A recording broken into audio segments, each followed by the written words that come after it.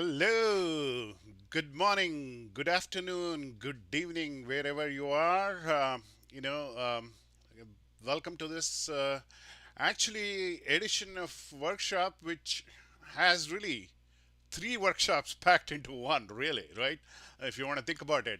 We're going to talk about Yes. the three frameworks that's getting a lot of traction in the Java world, which is Spring Native, Quarkus, and Micronaut. I will talk about how the frameworks are relevant in the native world and maybe not in the in the not so native world, which is the regular world. So we'll talk about all that. But without further ado, let's make sure that all the broadcasting equipment is okay. If you want to put a thumbs up and let us know that you hear only two voices and not more, that'll be appreciated because sometimes there'll be more. So, with that said, Please. Cedric, do you want to say anything and introduce yourself? I'm Cedric Lunven. I'm leading the advocacy team at DataStack. Super happy to be here among everyone for this 2 hours workshop full of technical, hands-on, full packed agenda as usual. Maybe this time even more than previous. So yeah, stay tuned. A lot of things coming. Absolutely. That's great. And again, if you want to put a thumbs up that you're hearing two voices and no more than two, no echoes and all that, that'll be great. Because we just don't want to be talking and nobody hearing or too many voices or whatever. With that said, let me introduce myself. My name is Raghavan Srinivas. I go by Rags because for whatever reason people around the world have a tough time pronouncing my name, and not quite sure why. I was a mechanical engineer by education, but kind of switched into computer science, and I love distributed systems because it's really hard to do distributed systems. Been doing this for quite some time, and still struggling with it, which is kind of nice because I'm constantly learning as well. One of the things I love to do is teach and communicate, and like I say, Kubernetes has solved a lot of problems, especially in the computer science, in the computer world. But inner loop is still pretty complex, and the inner loop is what you do compile, containerize, push it to registries and all that. So I really like to communicate, talk about the challenges of the inner loop and how it can be fixed. Enough said about myself. We have an entire team that's behind all these workshops that we run pretty regularly, every Wednesday. So I have a few questions coming up in a little bit because we do Menti and all that, where we want to find out how many of you are first timers, how many are or repeat, I shouldn't say offenders, but repeat attenders, right? And it's really about we want to thank you for kind of devoting 2 hours, and we want to make it a little bit fun as well. So with that said, do we want to move to Menti and kind of get some ideas of where things are, who's coming, and so on? Yeah. Yes, Okay. let's Let go. me do that. Yeah. See if I can do this transparently, and I did not. All right. Let's get rid of this. And Menti is right behind me. Okay, let me enter the Okay. message And here's the in the QR chat code. right now. And let me make us less visible so that people can see it. I mean, And let me see if I yeah, I can don't think we are start some overlapped. music. Let me know if the music is too loud. I will kind of tone it down a little bit. Okay. Hmm. Let's see how many people are joining. Again, the code is 4201 Let's see. 48. I'm sorry, 4183. Yep, it's always on screen So we have just a above very us. few right now, but let me wait for a little bit. At least try to hit some reasonable numbers. Yeah, no real competition in the Yeah. beginning, just a few questions. Maybe people will keep coming. So I think, how much time is it? Yeah, 4 minutes. Yeah, maybe it's one Sounds more good to minute me. and we go. So to participate to Menti, go to menti.com and enter the code that was shown on screen, also in the YouTube chat and also at the very top, 42014183.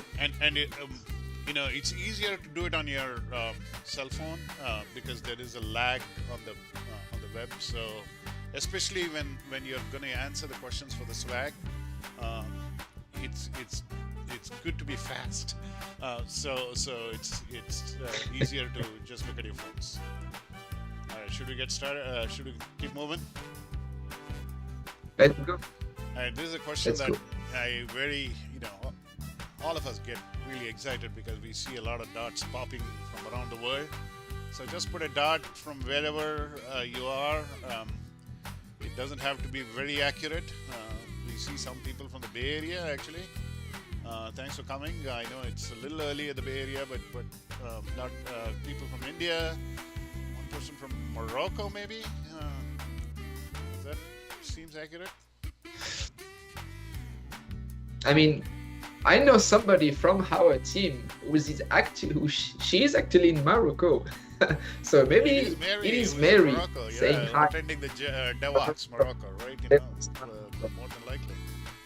If it's Mary, thank you for attending. If it's not Mary, just put in your name. That might also be useful. Very exciting to see these dots pop up, right? It'll be nicer if we have 100 dots popping up, but it is. Yeah, no. Sometimes we get not, them, exactly. sometimes not. Yeah. Let's keep pushing. So we have a few questions just to kind of get an idea of who we are talking to. We kind of guess, who you might be, but just want to validate those assumptions, and don't want to kind of keep the, as they say, right? You don't know your audience, so we are trying to make sure. So as you can expect, or as we thought it would be, we have a whole lot of beginners. We have a NoSQL guru in our midst, and that might be Mary again. Who knows, right? No, so no idea. But whoever it is, thanks for coming. All right, this is kind of what we expected. Any comments, Cedric? No, I mean, you were in good place for beginners. Everything that we will tell you today is available on GitHub. You have all the instructions, all the materials. If sometimes you feel we move too fast just to stay in the 2 hours, you can go back anywhere and do it at your own pace. Also, we are here to answer any question you might have in the chat. Never feel, never feel kind of feel like you're lagging.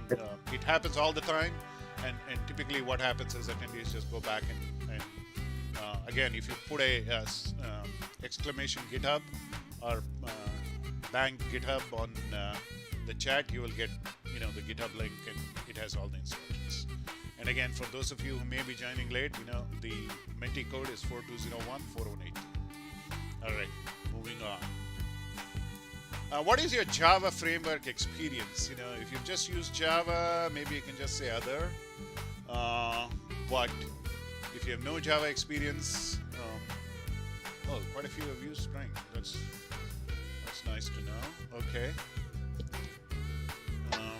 Quite a few Spring developers. That's cool. I think we hit the right audience here. Wow. One Micronaut too. One Quarkus. One Quarkus, Cool. yes. Okay. Very cool. Okay. So we don't need to talk about Java then, right? So that's cool. Yeah, there's only one person with no Java experience. Okay. Don't be intimidated by everybody else who's talking about the platforms, frameworks. Like what Cedric said, we will walk you through some of the code, and should be pretty straightforward to understand, even though you may have absolutely no Java experience. All right, this is kind of surprising, so I think we can move quickly through our material, right, Cedric? This is good news for us because we were wondering how we can fit it in the 2 hours. So that's pretty cool. All right, welcome again. Well, Last question. I think is this your? Oh, it should be first data stacks workshop. Sorry. Um, so that was very badly put the question. Is this your first? yeah, and yeah, I thought I fixed that, so that weird that you do not get the update. Maybe you should refresh. I don't know. That's weird. Okay. Pretty sure I fixed that. Okay, no big deal. We'll see during the quiz. Oh, we have some Later fifth or on. more workshop, and quite a few who have lost count of how many workshops have attended. But like we expected, most of the attendees are attending for the first time. Welcome, and those of you Yes. who have been here before, you know the drill. Everything happens on GitHub, and you'll see that pretty soon. So, without further ado, let's keep moving. We will have the quiz here, so Yep. so again, keep it ready to go. And if you're joining just now, 4201-4183, we will do the Menti quiz at the very end. All right, so let me go on to the next. A second to that.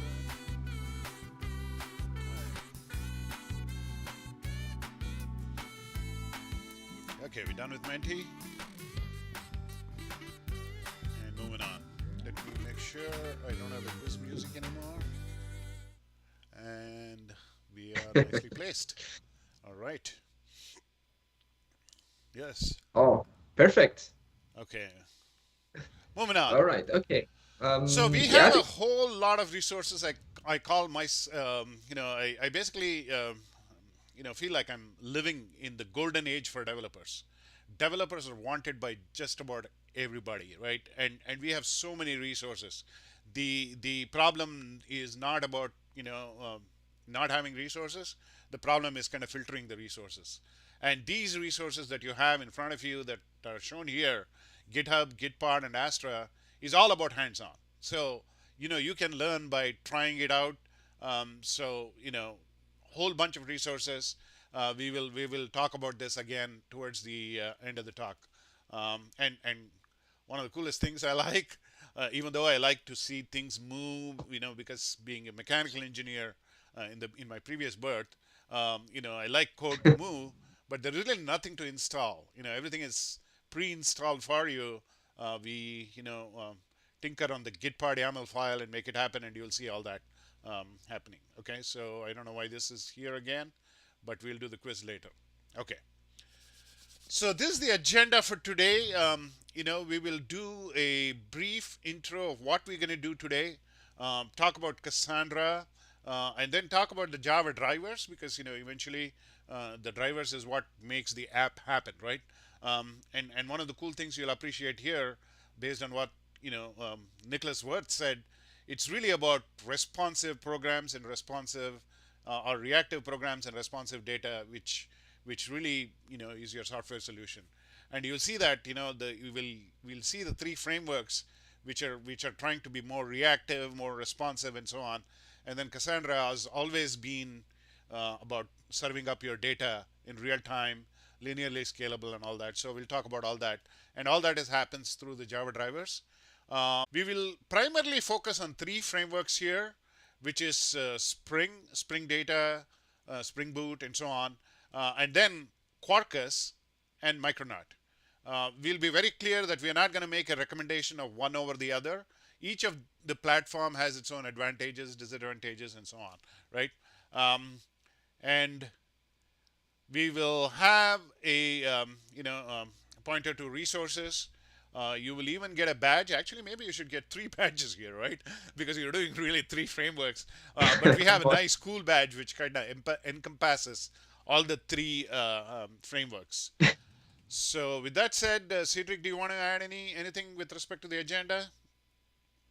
No. I think we will learning by doing. So let's dig into it. So what you learned today is you're gonna go back with a complete to-do app on multiple Java frameworks. SpringBoot, Quarkus, and Micronaut. Okay, you may have attended my workshop on Quarkus. It's kind of similar, but you know, I think the nice thing about today's workshop is that you can compare and contrast it with respect to the other two popular frameworks as well. Of course, there are other frameworks that we're not going to talk Yes. about here. You can try the same thing there as well. We will talk about the data drivers. We'll spend some time there because, after all, this is a workshop. This is a programming workshop. This is a learn by programming workshop. So we'll spend some time talking about data drivers. We'll see how we can connect the app to ASTRA, which is our database as a service. And you'll see with very minimal configuration changes, we can make it plug and play with each of these frameworks. So if you want to think about, like a microservices approach, Astra is your database as a service, or database as a microservice, if you will. There is a lot of attention being paid by the community, especially the Java community, because a lot of people pronounce Java as dead about, I don't know, 15 years back. But Java is alive. It's robust. The community is working on several different initiatives. If anything, there are a lot of initiatives that you have to kind of filter through, and hopefully today's workshop will help you in that as well, because we're going to talk about the three frameworks and how they are gearing to be more responsive than they have already been. You will see that with if you create a native image, and perhaps we'll show you a native image in at least one of these frameworks, you'll see that it starts up in like milliseconds. It's perceivable. You can see it yourself just in this workshop itself. But some of these native features are still very experimental, very early. There are some constraints. Oracle basically put that out, saying we may not hit 100%, but we will hit the majority of the cases. But our goal is to make it, more and more, kind of approach the 100% level, right? So you may see some little bit of oddities in the different platforms, but still you'll get a good idea of how it is to build a native app on each of the framework. All of these framework leverage something called as GraalVM, and since all of you are already Java programmers, you probably have heard of this, and we'll talk a little bit about the GraalVM later anyway. This is a quick slide about kind of how services have evolved or how software has evolved. Distributed systems kind of morphs itself roughly every decade. I started doing Corba. I don't know if you remember Swedrick, right? so that was kind of No, no, I forgot about Corba a long time ago, and I'm happy with good that. answer. Yeah. Somehow I still have that nightmares of Corba, but IIOP and all that. But in any case, we are in a world today where it's all about microservices. We have kind of evolved, but you can see that each of these different paradigms kind of build on top of the other paradigms, or maybe sometimes you issue that paradigm to come up with something new, right? So maybe Corba is not the right way. Let's do microservices, and because that's really the way to do it. And in today's workshop, we will have a microservices approach, believe it or not. And the microservices approach uses a very simple app, to-do app, and it's mind-boggling to see how much the community is working on this to-do app, right? There is an entire front end of all kinds of apps, Angular, in Python, in all kinds of Java, Scala, you name it. There is front end for doing this to-do. As you can expect, it's a very simple to-do app. You just put in the to-dos, and you kind of mark them off, and you can delete them, kind of play with them. But it kind of illustrates the fact of how you use a service, because it's really CRUD based, create, read, update, delete, right? Which kind of resonates well with a service, with a microservice, and so on. So you can expect some services to create a new task, list all tasks, delete a task, and so on and so forth. So what we're going to do today is we're going to build the the two tiers, the backend and the database, right?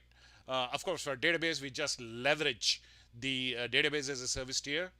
You can also, kind of, do it other ways, but we are going to leverage the Astra service.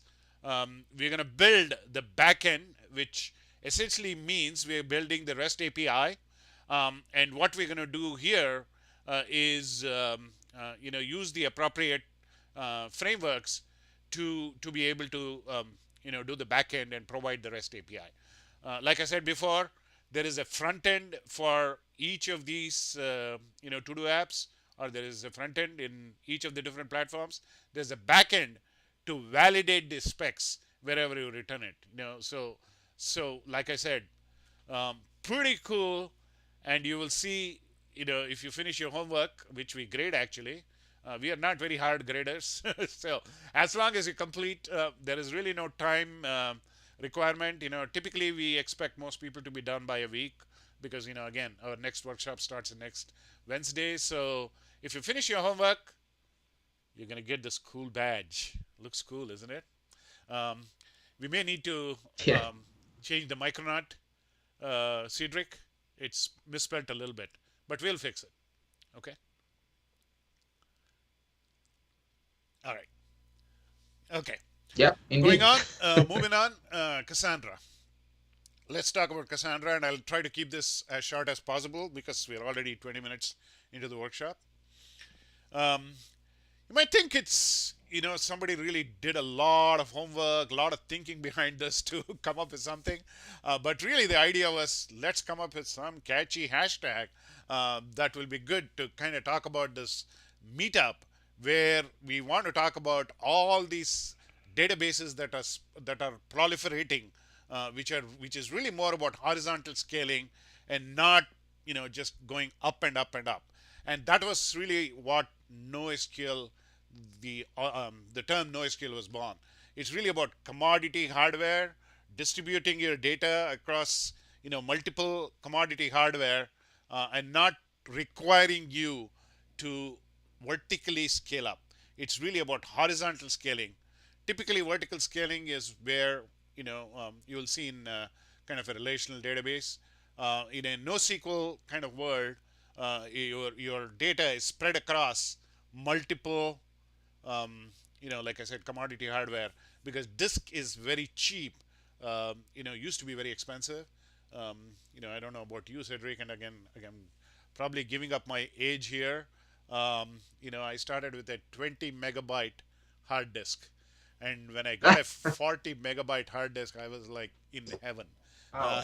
So those days are gone. The disks are pretty inexpensive, and you can distribute your data. But again, nothing comes for free, right? You need to be able to kind of deal with failure scenarios, which typically happens in a distributed scenario. So that nicely segues into what I was going to talk here about, what's called the Brewer's conjecture, enunciated by Brewer, who I think works for Google now, right? And essentially, it's also referred to as the CAP theorem. And the idea behind this is that distributed systems are great, work fine when nothing is going wrong, right? But the moment something goes wrong, you have to pick two of these properties, which is essential of any software that you write, right? You want it to be consistent. Consistent is like every read is the write that I wrote last, right? Something like that, right? That's consistency. What is availability? It needs to be available. Otherwise it's down. I cannot use it for a certain amount of time or something. And about partition tolerance is where, if the distributed system kind of partitions itself, you will get into scenarios which are referred to as split bin scenarios. You will get into very inconsistent issues and so on.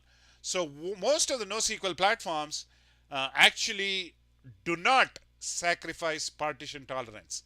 So they pick a property, either consistency or availability, to give up on, but they don't give up on partition tolerance. Okay. So maybe it's not available for a little bit, which is fine. Maybe it's not consistent. It could be, it will become eventually consistent. So if I'm not on the leaderboard for 15 seconds, probably okay, right? I mean, depending on the application, of course, right? Um, Cassandra typically has been an AP database, or an AP NoSQL database, right? And you can see there are other, whole bunch of databases, which kind of do the AP or CP mainly, right? Nothing is going to sacrifice partition tolerance. So basically, again, the cap theorem, to summarize, you have to pick two of the three when it comes to a failure scenario. Everything is fine when there is no failure, right? But in distributed systems, failure does happen. Cedric, let me take a breath, and if you want to add something, feel free. Yeah, this CAP theorem. With Cassandra, actually, you will choose if you want to be available or consistent. You cannot be both at the same time, Correct. but it's also not 100 accurate to say that Cassandra is AP. Mostly AP, Yes. but you can set the consistency level at request level and ask to be super consistent for that very request. So, just something I would like to add. Yeah, no. That's a great point. I should have mentioned that. There is a lot of blurring of the lines between these different databases. So sometimes you can pick the consistency and say, I want very strong consistency, and you can do that with Cassandra, or strong consistency, right? And what happens in those cases, it may not be available. So typically, it was AP, but you can make it CP as well. Great point. Um, we do, as a company, DataStax, maintain Cassandra, and actually, as we speak, the Apache Summit is happening, and there is an entire track in Cassandra. So even though Cassandra has been around for a long time, it's the community, people like you, who are making this community stronger as we speak, because it's part of the Apache Software Foundation. There are several reasons for Cassandra to be a superior NoSQL databases. One is that there is no single point of failure.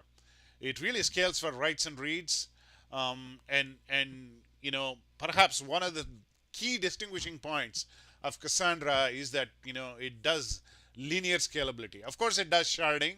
Sharding is very hard, and the platform takes care of all of that for you because it distributes the data, eliminates hard partitions, keeps multiple copies. Typically there are two more copies of the data that you want, so that if a particular node is down, you can go to the alternate backup nodes or whatever it's called, right, and get the data. But all of this is handled by the platform. I have a very, very oversimplified view of the NoSQL database or Cassandra in general. You can consider it as a distributed hash table, especially for the Java programmers. You know that you can distribute your data across multiple keys and make it responsive, right? So order of one will be the access, but the idea is that if you have to do all of that yourself, you may get into what are called as hard partitions. You may get into situations where if that particular data is not available, how do you go to the replicas and all that? All of that is done, taken care of by the platform. So good point here about Cassandra being configurably consistent. So you can pick from like eventual consistency to strong consistency, and all of this is available on kind of a cloud agnostic manner. In fact, I have Cassandra running on Azure, on Google Cloud, and on AWS as well. And of course, I have running it on my laptop, and in variety of different platforms, variety of different ways. In fact, even our ASTRA DB as a service is distributed. It's hybrid cloud and multi-cloud, and so on. Like I said before, one of the cool things about Cassandra is that it scales linearly, um, which is, believe it or not, a very difficult thing to achieve. especially at scale, right? Linear scalability or scalability in general, what happens is, it may go up quite a bit and then kind of levels off at some point. With Cassandra, keeps on ticking. You add two nodes, it, you add a node, doubles. You add two, it doubles again. You add four, it doubles again. Eight, and so on and so forth. Okay, so very linearly scalable. Um, so, like I said before, it takes care of replicas. There is no single point of failure. Um, it uses something called as a gossip protocol. And what the gossip protocol is I call it as an optimally chatty protocol. So it just doesn't exchange health messages, but it also exchanges information about neighboring nodes and all that. So it optimizes the traffic. It optimizes the chattiness between the different nodes, with the idea that each node has some kind of idea of the entire network topology. So if you add nodes, then it basically redistributes the data, and all that happens automagically. One of the key things is what is referred to as partitioning. So how you optimize your data access is through partitioning your keys, and that is how data is distributed.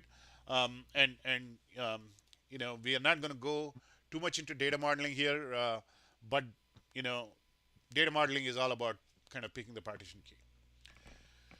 So we're going to jump straight into database as a service with AstraDB. It's basically a database as a service, multi-cloud, distributed. In today's exercise, we are going to be using Google because that's where the free tier exists. But if you want to put in your credit card, you can use other clouds if you decide for whatever reason that Google is not something that you want. I've talked to several customers, and what they like about Cassandra again is the fact that it keeps on ticking.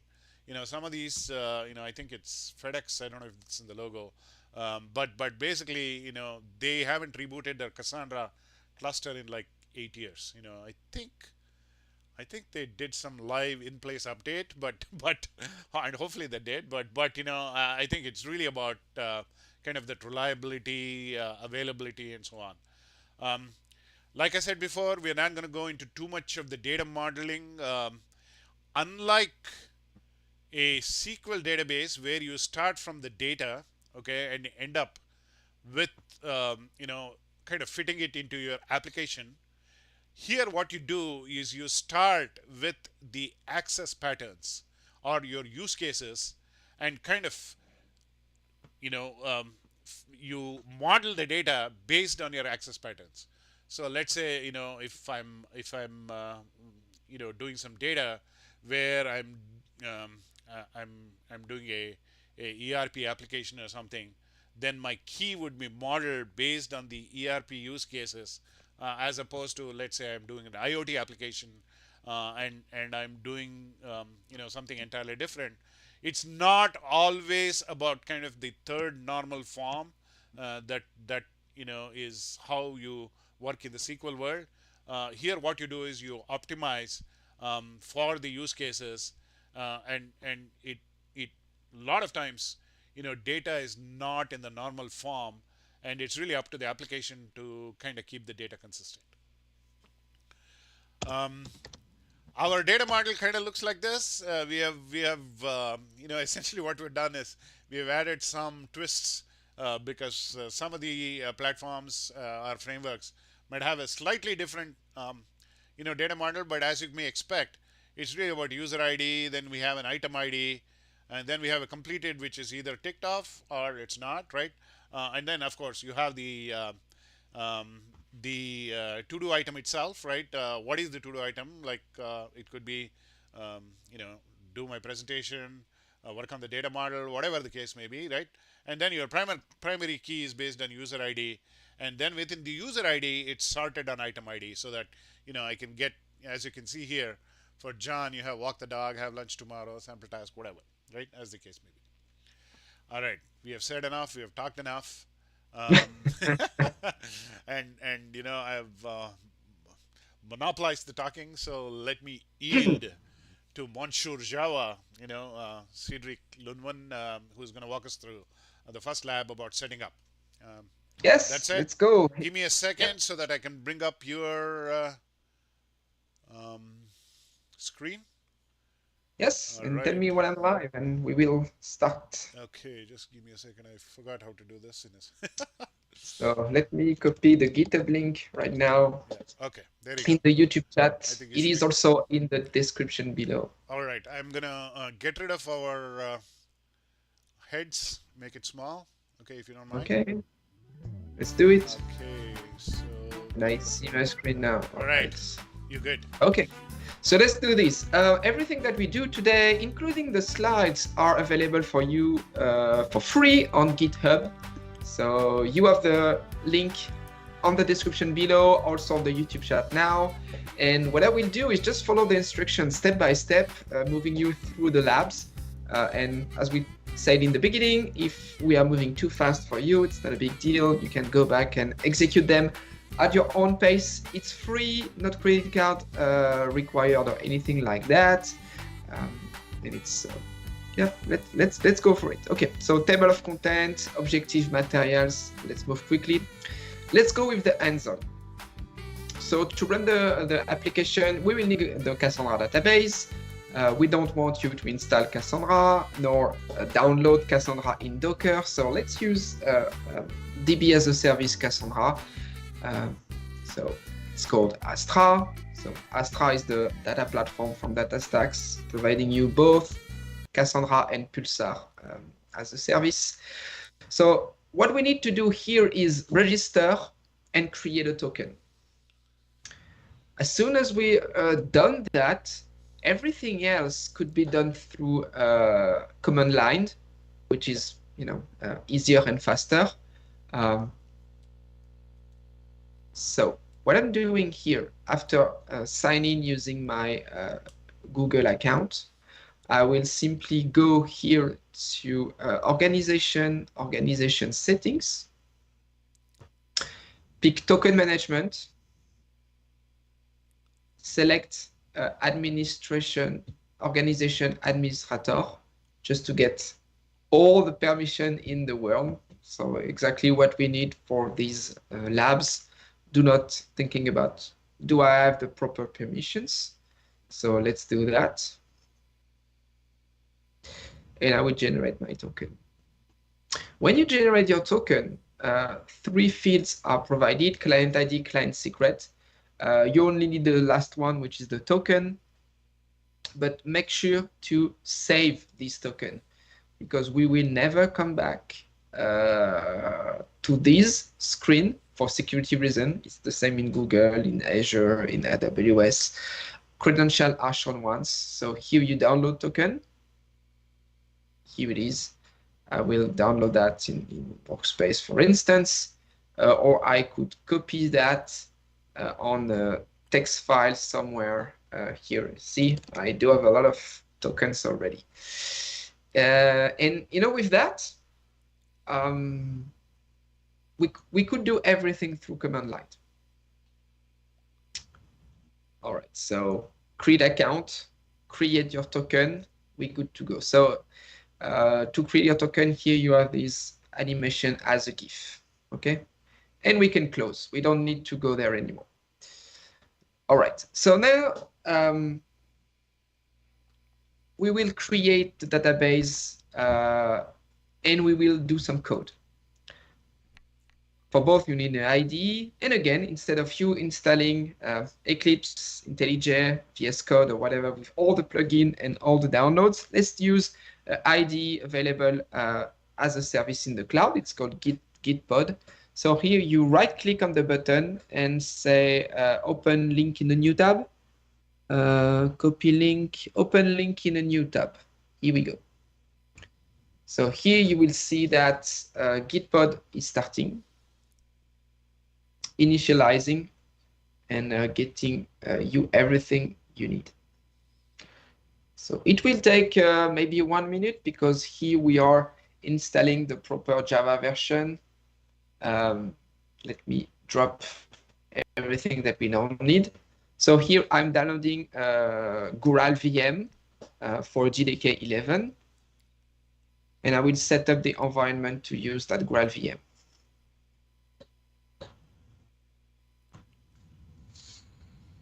And do you want to talk about the Gitpod window? For just those who are not familiar with it, like Yeah, it it's has an really, IDE, yeah, it it's has an really Explorer. VS Code. Yeah. Yeah, it's really VS Code in the cloud. So here you have the Explorer view with all the code. Here I am in a terminal. I can add new terminals by clicking the plus button. Later, we might need to create a new terminal because one will be busy running the app. But then it's a full-fledged IDE. You have Java install, Maven, you have Python, JavaScript, Docker. A lot of the tools are available for you out of the box. And you don't have to install anything. And because we need some extra features when the environment initializes, we provide that in gitpod.yaml. And here you can see that we are installing the Micronaut CLI, Gural VM, native image, and the ASTRA CLI, and a couple of things that will be useful for the workshop today. But yeah, this Gural VM installation take a bit of time, but the idea is to take some time in the beginning, but just move quickly then over the end zone. Yeah, and once the Graal VM is installed, it's going to come back and ask you for a token.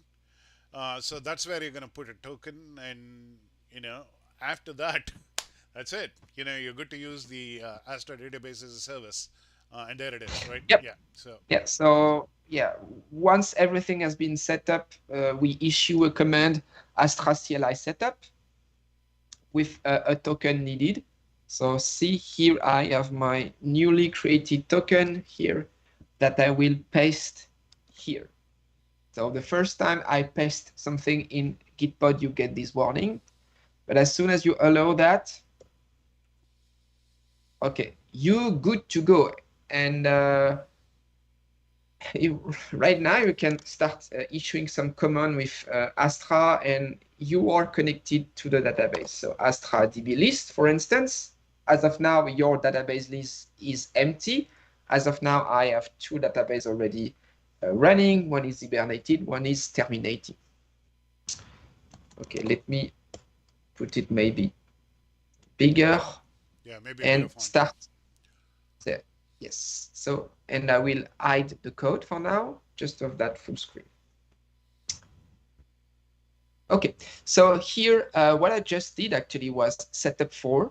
He asked me for my token when I did Astra setup. I copy paste my token from setup 2. And now I will create a database. So here, let's have a look at the command. AstraDB, so using the service DB from Astra platform, creates workshops. Workshop is the name of the database. Key space, and if not exist.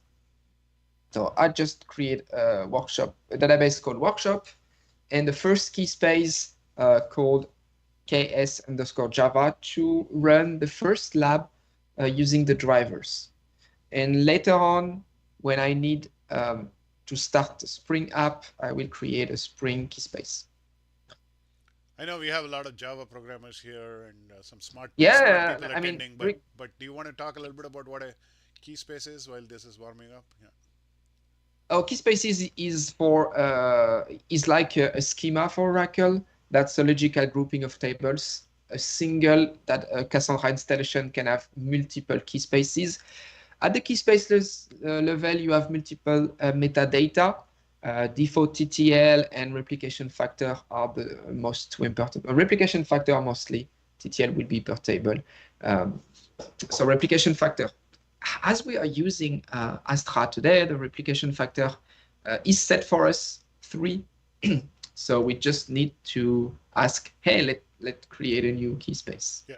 And just for simplicity, we have three key spaces for each of the three frameworks. You could just do with one key space, right? But we decided, that might be easier to go that way than and after all, this is And more for that's the learning. good practice, Yeah, Rags. that's a One good. key Yeah, space per exactly. app. Yeah, yeah, yeah. Uh, Great question from Manes. Yes. I will answer that question when we dig into the Spring Data part. Yeah, but you know, So man is just yeah, TLDR, just hang on. Yeah, TLDR it'll be is answered. really based on the rest of your app, not the DAO. That's really what you want to do Yeah. with that. Okay, so Astra DB list. I should have my database workshop ready and running and active. Okay, so we're good to go. And with that, that token that I provided before, I will define it as an environment variables, like here. With that, I can use this value everywhere in my code. Super easy to retrieve. Also, to work with the drivers and Astra, you need some credential bundle. It's called the Cloud Secure Bundle, having some SSH keys to connect to Astra. And here, same, the CLI will download that for you. And I'm just pasting that. Here you have the Cloud Secure Bundle ready to go.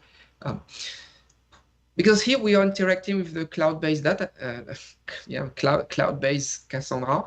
So to secure the connection, because it's a two-way persistent connection, you want to create a tunneling SSL, and this is the keys and certificates inside this zip will make that for you.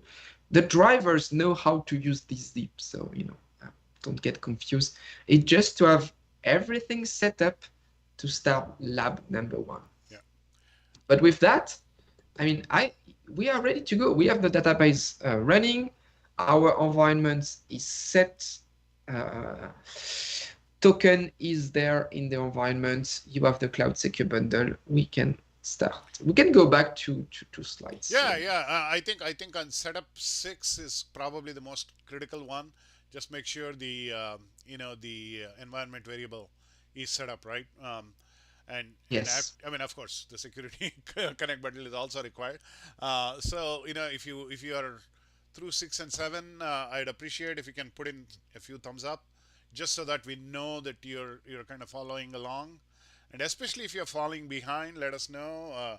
So that we can help you. For some reason you're not able to get a token, for some reason Gitpod does not come up. It doesn't really happen that often. And by the way, if anybody from Gitpod is attending, please put a something in the chat message, and we'd really like to give you a shout out. Gitpod is taking time. Okay, maybe the Gitpod, if anybody from Gitpod is there, they can help fix it. No, it should come up. It does take a while for the Graal VM to be installed and all that. But I think it should be up and running soon. Just it'd be great to see at least one thumbs up. So should we wait or should we proceed, Cedric? Um, A little bit, not wait too long. yeah, exactly. Setup are easy to go through, but I mean, you should not miss a step. Correct. Yeah. Otherwise, you can run into trouble for the test that's coming. Exactly. Yeah, yeah. So what we're gonna do is we're not gonna build the app. Rome was not built in a day, right? So we're gonna start by testing, the connection, just to make sure it's working. And once you are tested the connection, then you're good to go. Pretty much, right? Of course, we're gonna add some Mhm. data and all that, but that's fine. Ooh, okay. Two people complaining about Yeah, slowness in slow Gitpod. start, but then it's moving pretty fast, I can tell. Okay. Then it's really natural, moving smoothly. And as you saw, I mean, it took me 1 minute for Gitpod to Yeah. start and install Graal VM, and now I'm good. Exactly. Yeah. Yeah. Okay. So, good now. Okay. So let's proceed. All right.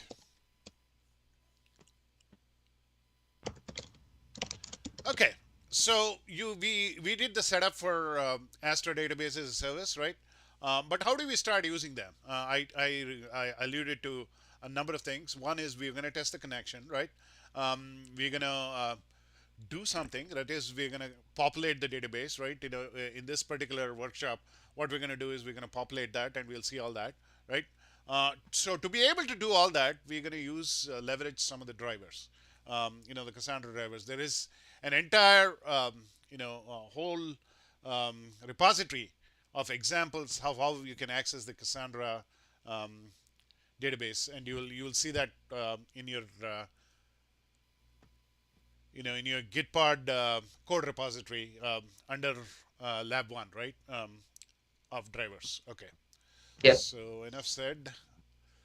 Um, you can you can kind of look at it as three different things, right? How do I connect to my database, right? And that's where some of these things are very critical, which is like providing the token, providing the secure bundle, and all of these are already kind of um, managed for you in Gitpod. Of course, if you're doing this on your own, you may have to do a little bit more work, but we have kind of made it easier for you to kind of do it and understand it from a conceptual perspective.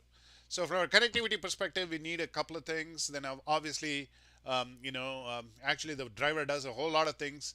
It does some load balancing um, and retry policies, because after all, we are working with a distributed system, right? Um, to be able to do query, we'll see today that we're going to build some statements, prepared statements, and especially if you're used to kind of the SQL world, we use something similar called CQL, which is the Cassandra query language, and that's what we're going to see quite a bit today. I know there was a question about whether to use the reactive or the regular API, whatever you want to call it, right? And I think Cedric is going to talk about that in a little bit. Um, Yep. and then in terms of parsing, there is obviously, as a Java programmer, and all of us are Java programmers, we want to deal with data as Java objects, right? So you want to take the data, and this is not anything new. This is object relational Mhm. mapping, right? So you want to kind of work with the DAOs and the DTOs rather than kind of work with it as data. It's all fine and dandy to just say select star. We don't recommend you doing that in a typical Cassandra database, but you can do select star with a where clause, where is the partition key, right? And then kind of deal with it that way. But I would rather deal with it, as objects. And we have good object mapping support. There are examples of that. There is pretty much examples of how you do paging, how you do compression, and so on and so forth. Okay. But to be able to use the driver, very simple, right? All that I need to do is include it in the dependency in Maven, right? As a Java programmer, I'm not even going to talk to you about npm, Python, or C sharp, right? It's just there, okay? But to be able to use it in Java, you just put the dependency in the Maven file in your pom.xml. You can do similar thing with Gradle as well, and you're good to go. Okay. Um, you need to be able to contact only one point, but if the node is down, then you want to be able to deal with it. And you know, again, it's all about how do you deal with failures in a typical distributed system. You contact the neighboring node and be able to do the work, and the driver is going to automatically handle this for you um, through what is referred to as a SQL session. It's a stateful, singleton pattern. Should be unique to the application, as you may expect, right? And you definitely want to close the um, um, SQL session by maybe either putting a shutdown hook um, and closing it, or closing it explicitly, or maybe even putting it in your exception handler or whatever, right? Um, there are a number of ways. Maybe I should not spend too much time on this, but as you may expect, what I do is I provide the node I want to contact, and then I provide the credentials that go with it. Okay, we have examples, the driver samples, which uses a different data model. It's a video sample, but the concepts are still exactly the same. Yeah. Your username is required. You will see in today's workshop that your username is specified as a token, and your password is your token. And of course, you need to provide a secure connect bundle because you're really going over the internet, right? You want to be able to make sure that it's secure, and the secure connect bundle basically, like I said, because the data, we don't even know where it is in the cloud, right? The secure connect bundle actually associates with where the data is actually stored, whether it's in AWS, whether it's in Google, or whether it's in Azure. Doesn't matter, right? And essentially, what it does is it creates a two-way TLS connection and handles all that. As long as you provide the secure connect bundle, and you're good to go. Okay.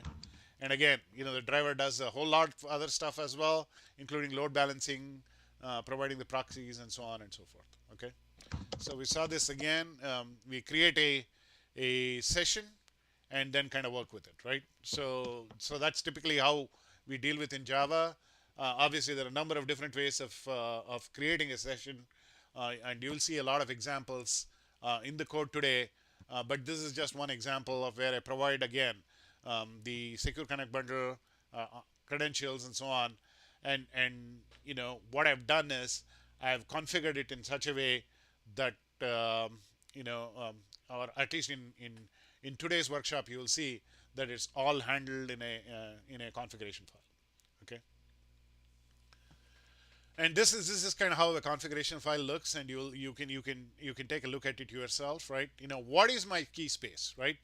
um, what is my secure connect bundle? And this secure connect bundle knows exactly where to go and talk to the Cassandra database. And then I have my token, and in this particular case, I'm using a environment variable which actually has the value for the token. And then how do I build a SQL session? I just say SQL session builder and build, and you're good to go. Okay. So I have a SQL session now. Once I have the SQL session, then I can um, execute whatever I want. Right. I'm going to start executing queries. Um, uh, Not a good thing to do. Select star. Maybe we need to have a where Please no. clause there. But I don't think we have millions of to dos. At least not in this example today. So it's probably going to be okay. But again, keep in mind that if you do a select star, then you're going to every partition, right? And that may actually be prohibitively expensive. It will definitely not be in the order of one. It'll be more in the order of n, which you are trying to avoid. Number of ways in which you can create a statement, right? We talked about statements. Once you have a session, then you create a statement, and then you execute using that statement, and then you can get the results, and then you're going to manipulate the results. And this is again, for a Java programmer, this is exactly how you will deal with most of the data anyway, right? Whether you're doing it in HBase, whether you're doing it in SQL, or whether you're doing it in Mongo, whatever. It's kind of the same concept, right? So I create a simple statement where I say select star from T1. This is a little bit better, right? From table 1 where Mhm. C1 is equal to 5, right?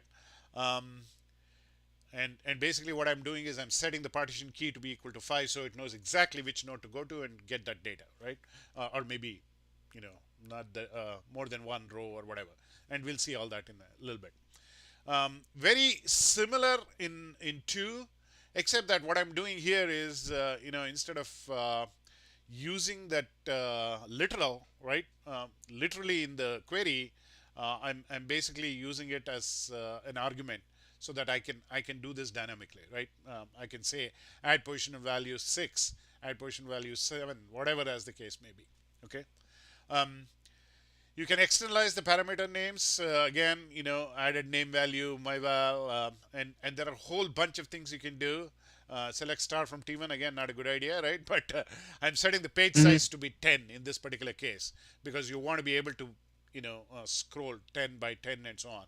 And as you may expect, what you're going to get out of this, once you execute the statement, is you're going to get, kind of what you're familiar with, which is a result set, right? And we'll look at each of these, right, in a little bit. Um, so again, in this particular case, we have a prepared statement, and we can bind it in dynamic time, right? So essentially, what we are doing here is we are binding phi to that question mark, if you will. Compile once on each node, and prepare each statement only once per application. Okay.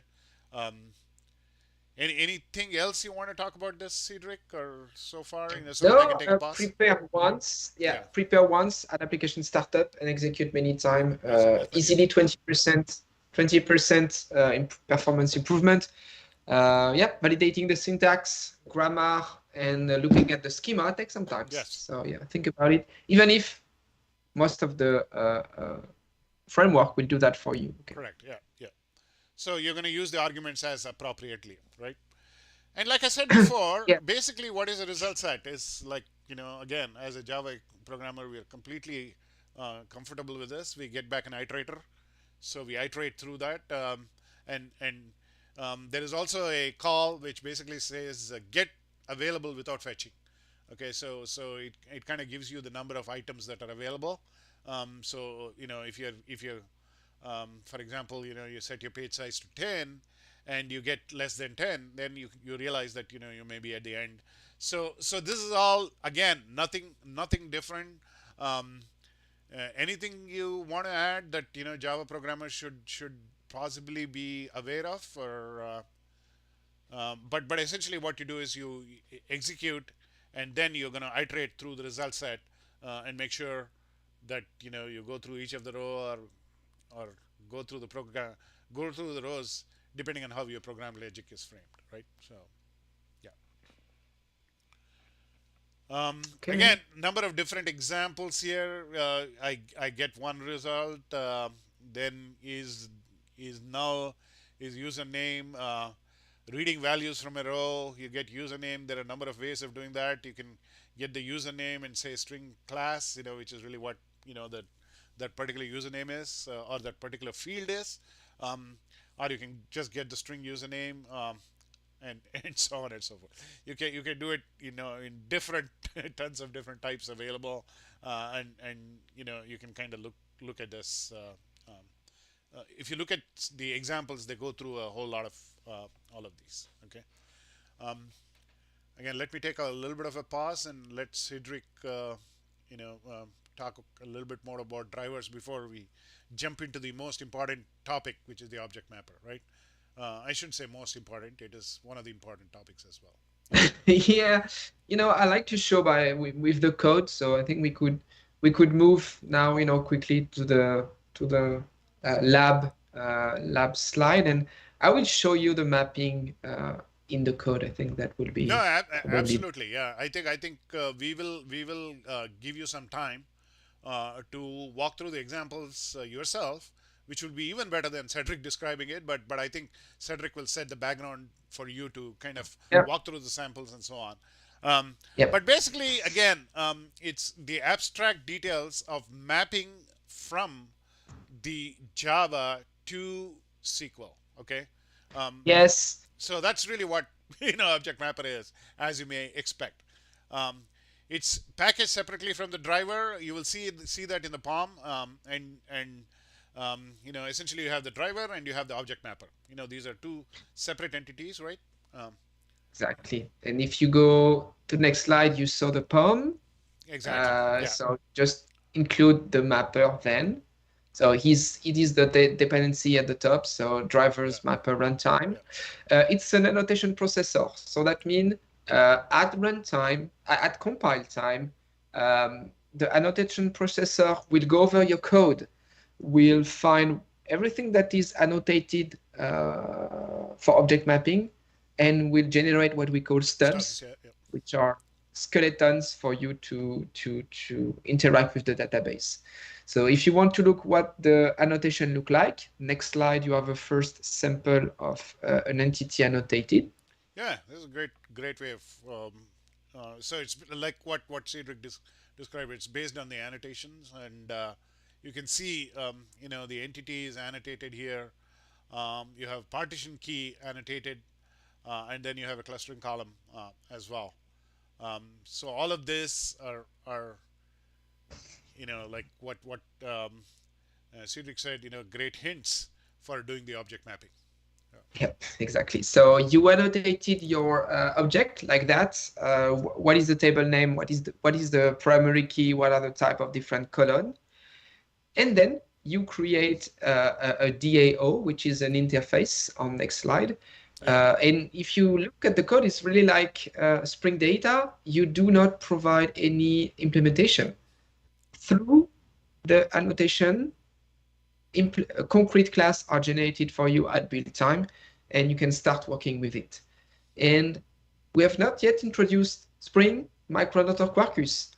The object mapping is already part of the drivers. Yes. Yeah. We haven't. So You may be very, you know, you may decide not to use the object mapper. I don't know if there are any instances, I mean, but you may the deal with point, just it's important to notice that is there yes. because as of now, Quarkus and Micronaut decided not to reinvent the wheel and just use that. Yeah. So if you are looking for object mapping in Quarkus, this is exactly how it's done. If you look for object mapping in Micronaut, this is exactly how it's done. And Micronaut is even happier because Micronaut is heavily implemented using annotation processor. So having the mapper as annotation processor itself, it just butter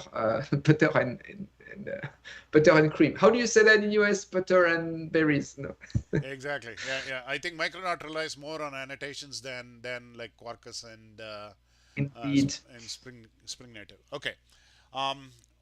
It's not enough to just Yeah. map it, right? We need to do something with it. So that's where kind of the DAO and DTOs come into the picture, and that's where we Exactly. can do the inserts, the deletes, and so on. Again, all done with annotations. Okay. Um, so with that said, I think people are ready to kind of play with some of the samples, Yes. right? So So okay, let me here, make sure your yeah, screen comes up. I will. please, Give me please. 1 second. Yeah, so thank you. Yeah, thank you for the remark, Edmund. So here, if you are already using Cassandra in some part, but I would like to show you and the meat of this workshop. It's us talking, but not really us talking. That's really the content that we provide to you, like full-fledged working Java application showing a lot of things regarding the drivers. So let me clean my screen over here. But here, if you look the lab one, it will be going over the functionality that we just explained to you with a couple of slides with standalone Java code. So if I take the first one, three command line. First, place yourself in the proper repo. Second, proper folder. Second, hey, this is the code we execute. So let's have a look. And the third is executing that code. It's not a unit test. It's a standalone main class. The idea is really for you to copy paste and have it available and ready for you. So here you can see that connectivity is performed. The only code that you have here on screen to do the connectivity is this SQL session.builder.build. And the SQL session builder actually leverage on a file called application.conf, where you will retrieve all the configurations. So if you are using frameworks on top of the drivers, you should have a way to set up all these properties, because drivers have hundreds of properties and settings available. Don't let the abstraction mask you all the capabilities of the drivers. So here, what we can notice, we are using a key space called KeySJava. This is the one we created. The Cloud Secure Bundle has been downloaded for you over there. Okay, so we will use that. And for the user password, we are using token and the environment variables that we decided, we created. So with that, you know where to connect, how to connect, what is a credential. And this is why you can use quite of the empty builder.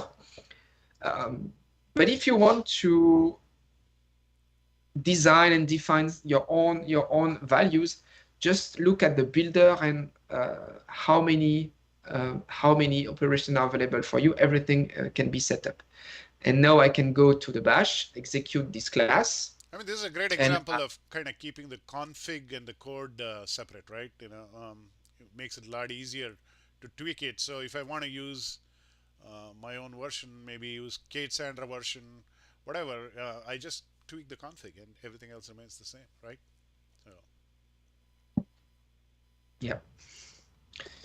Okay, so here we have our first success.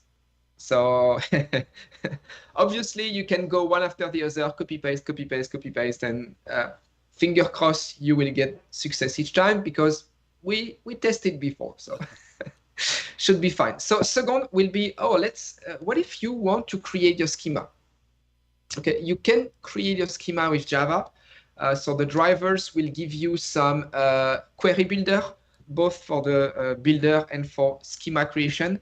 So here I'm executing exactly what you see here in the command. Create, create a table, create user-defined type. So here you see session.create. I probably prepare those statements to make things okay. And when I execute those code, I just implement that, say, okay, it's not prepare. The create session build. Yeah, no need to prepare. They are executed once and no real attributes provided. It's just string. I know this is obvious, but I'm gonna state it anyway because people like me who may not, maybe a little behind, might be wondering, this is not for our workshop, for to do. It is a set of samples that come with the SDK, right? But you're obviously welcome to to kind of put in or make it work with the to do. It's gonna work just exactly the same. Yeah. Yeah, just the Yeah. data model is gonna be a little different. Yeah. No shame because I created those those 12 samples. Yeah. So if the code is not as clean as you think, we also accept pull requests. But it was great because it showed you a large portion of the drivers, and once you know that, you can apply the same features on different frameworks. So here we are create a schema. You can create a schema with Spring Data as well. Spring Data can actually create you the schema at startup using here in the configuration of Spring here, there is something called schema action, create if not exist. So Spring Data will create you the table even without you having to provide the SQL statement. My advice for you, do not create the tables with any code. Your code, Spring Data code, no way. The good solution is to have a dedicated SQL file. There you see exactly if your table match your queries. Did you provide the proper partition key, primary key? Because the schema is really based on the queries. Also, if you provide a SQL file, now you realize that when you create a table, the create does have metadata. Did you specify the compaction strategy? Did I define the GC grade second? Did I define the default TTL on my table? If you are using features like Spring Data doing that for you, you lose that. You don't even realize that you can set up all those, and those are very important. Per table, a compaction strategy, depending on the use case, read EV, write EV, mixed workload, time series could be totally different. And when it has been changed, when it has been defined, I don't think you can do alter table change compaction strategy because it would change the file on disk. So again, split code and schema management, do it properly, because when you do have this file in front of you, ask yourself the good question and provide all the metadata needed. Great point, Cedric. Yeah, I think for 90% of the cases, this is probably going to be okay. But we are really talking about, the high-end Java programmers that you guys are. Yeah. Okay, so let's execute that create schema 2. So it's coming. Okay, come on, my friend. So none of these Let's are going to go. work if you haven't set the token and all that. So I think it's good practice to do this anyway, right? So that at least you're making sure that you've done the setup work properly. Yep. So if you have let your Astra DB screen open, you can have a look there. But remember, we have the Astra CLI. CLI. So I can just say Astra DB SQLSH. So interact with the database called workshops. Okay. Dash. And I would like to execute describe key space KS Java just to show you the table have been created.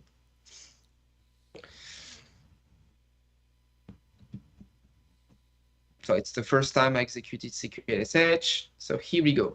And as you can see, we have defined the tables like that, but everything else has been providing by default by the system. So, better you SQL. ask the Yeah. question, hey, should the unified compaction strategy make sense for this one or not? Is the JC grade second 10 days is okay, or should I make it smaller? All right. So Cedric, Edmund really likes our work in that he didn't have to copy and paste and all that. Just provide the token and you're good to go. And most of workshops we are striving for constant improvement, and this is like what I would call as a major improvement. Because believe it or not, copying that secure connect bundle from the Astra console to Gitpod via my local laptop was taking a lot of time. Yeah. So it was just confusing. But yeah, Edmund, And yeah, glad you see it that way. yeah, thank you. Thank you. And, ShareMail Plus again, I coded the CLI. So all these Astra DB download the bundle help us for this workshop.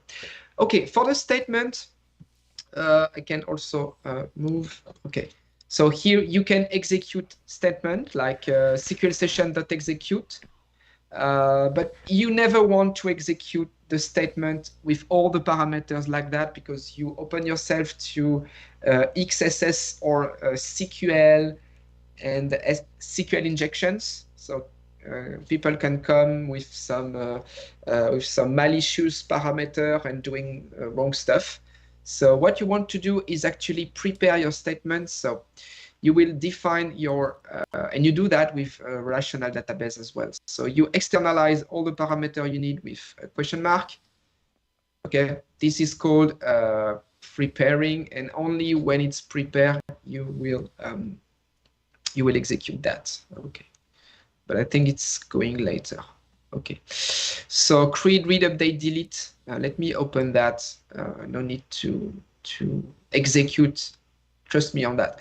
So prepare. So how do you do these prepare statements? So here it's a main. So at startup, what you want to do is again make sure that your statement has prepared and start working with them. On Spring Data, you will do after set properties.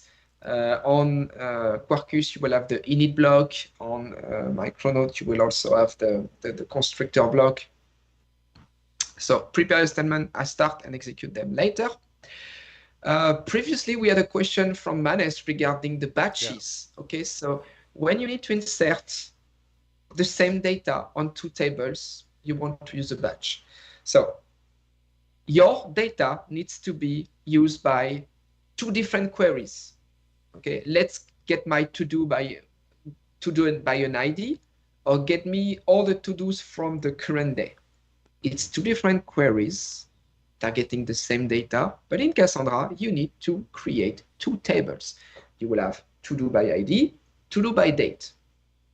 And for each table, dedicated object, dedicated repository.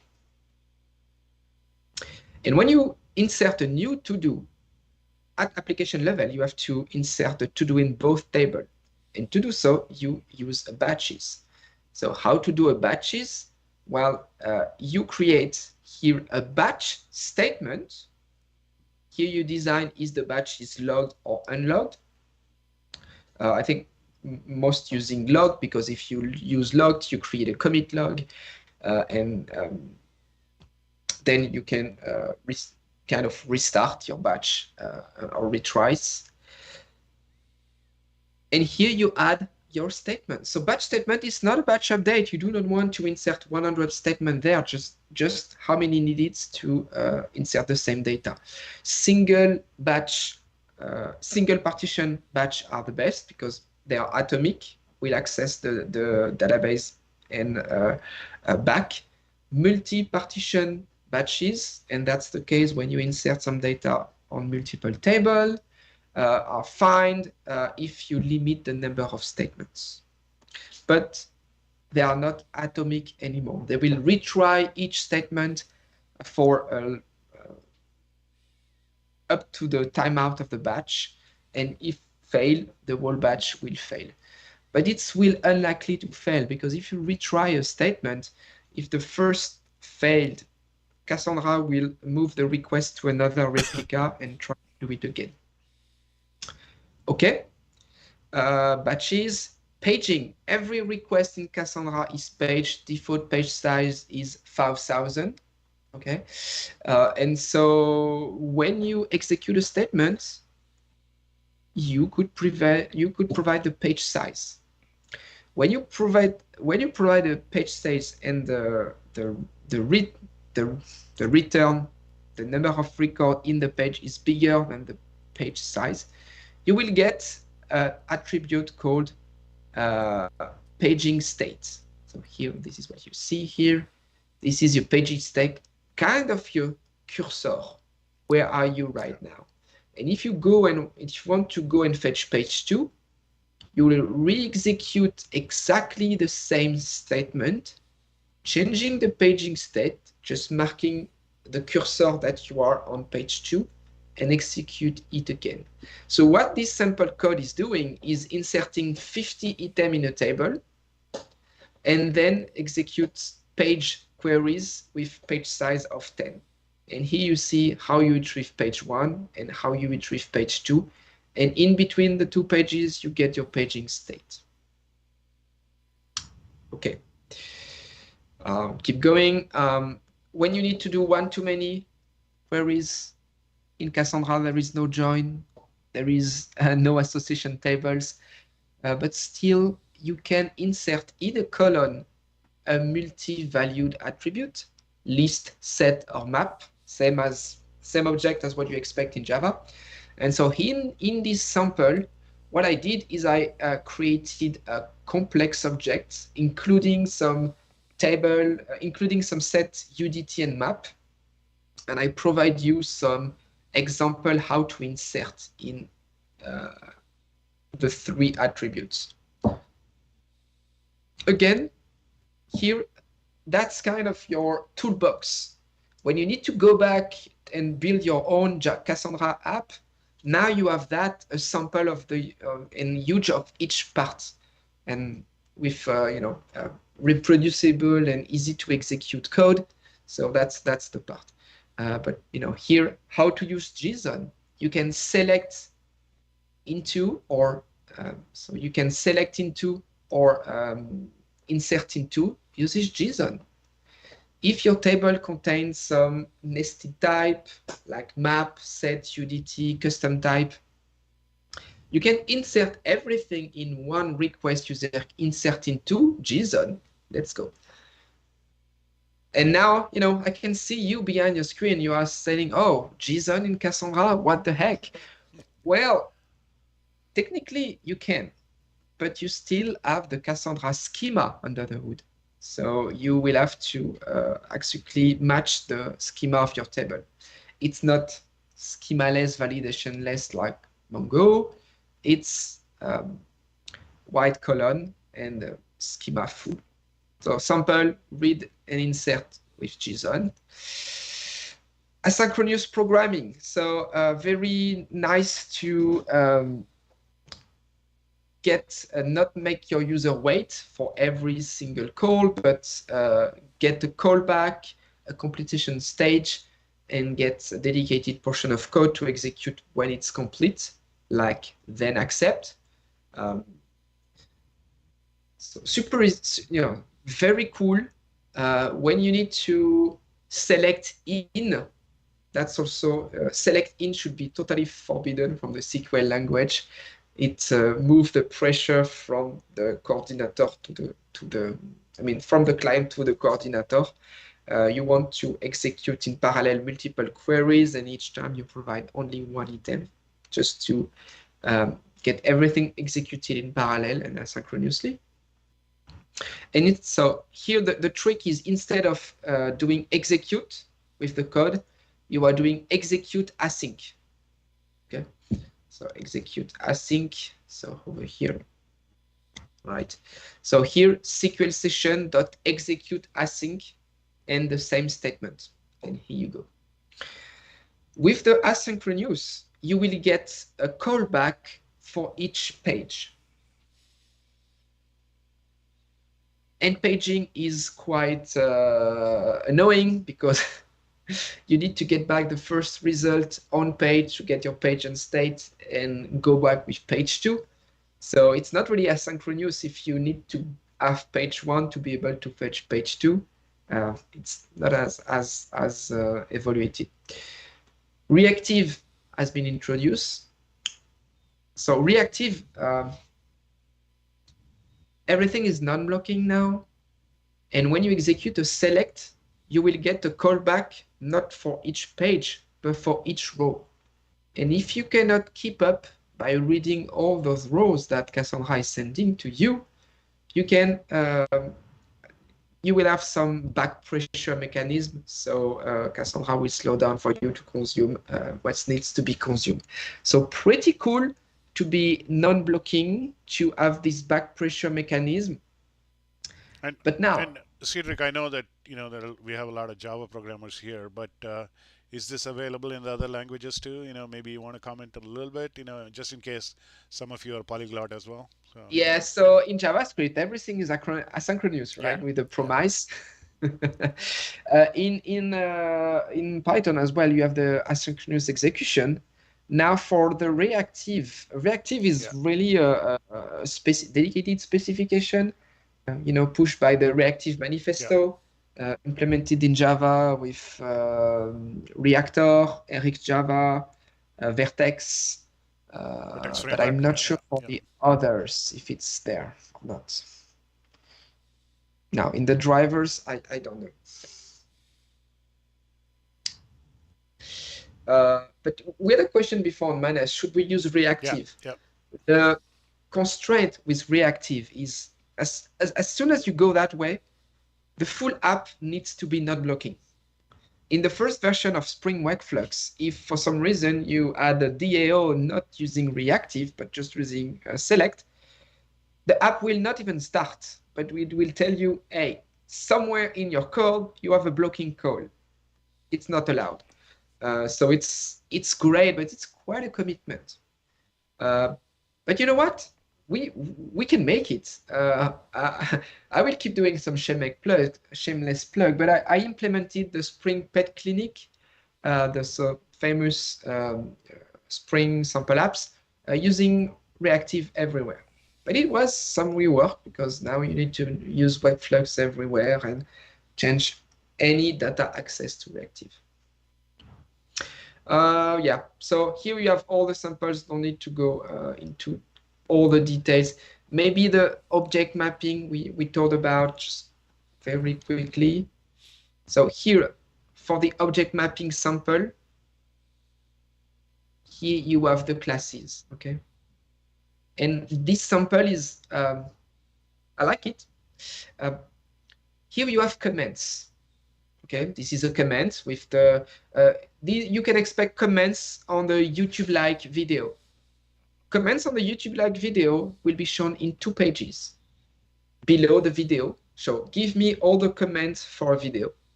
And also on your profile, if you want to list all the comments that you provided, and it will be comments by user. What Cassandra saying to us? 2 queries, even with the same data, who cares? 2 tables. Okay, 2 tables. So 2 entities, right? Comment by user and comment by videos. 2 entities. But they do have the same schema, I mean, the same table names, not the same key. So how do you do that? Well, you create a first parent class called comment, providing the colon type and colon name. And then in the subclass, you override only what's needed. So for comment by user, what you need to tell is, hey, user ID is the key. So here you just override the getter and say user ID is my partition key. And if you look comment by video, here see, I will override the other getter. Yeah. Okay, so here you have the DAO, the mapper, and the query provider. So DAO and mapper will be what you will use 90% of the time. Sometimes you need that query provider to help you actually execute some special queries you want to do where the defaults are not exactly what you expect. So here again, a sample of query DAO provider. And with that, I think I'm taking too much time, but really these understand how the drivers work with the different type of data is really the key to unlock the features in the Spring, Quarkus, and Micronaut frameworks. Exactly, yeah, because you can extrapolate most of this information to the 3 frameworks that we are going to talk today, and maybe even to some of the frameworks that you're not going to talk today, right? Like Helidon and so on, right? So, yeah. Okay. All right, let's move on to the presentation. And I think we're good. I think we are. I mean, we have 30 minutes, yeah. But I mean, I think so we already did this, right? Test the connection, so it's already done. Lab 1, Lab 2 is already kind of done, or maybe you can just kind of work through that. But very briefly, we'll talk about kind of the Java frameworks and how it's kind of evolving. I kind of alluded to this before. People pronounce the platform as dead, but it is not.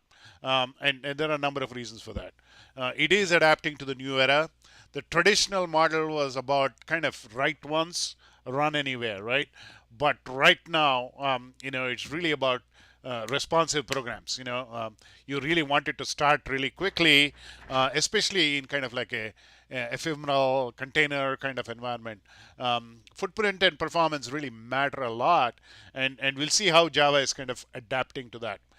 But again, a tease here, or perhaps I'm going to give away everything here. But the idea is that Java does some amount in build time and a lot of other things at runtime. I mean, that's typically how Java framework was based on, because you have this bytecodes and then you have this VM which is capable of running bytecodes, whether these bytecodes come from Java, whether it comes from Scala, from all the different languages. It kind of works that way, and then it loads the config file, it does some class path scanning, it builds a model of all these different objects, it starts the thread pool and all that. All of this is happening at runtime. But can we do something to left shift this, right? That's the idea, right? So if you can take the penalty at build time, then your runtime obviously is going to be much smoother, right? Granted, there may be some situations where this is probably, I mean, I wouldn't say impossible, but it's probably going to be not worth the efforts, right? But the idea is that if you can shift the penalty, take do most of this in build time, like do the class path scanning by reflection, kind of figure out what it has to do and all that, then I think it will make it a lot more productive.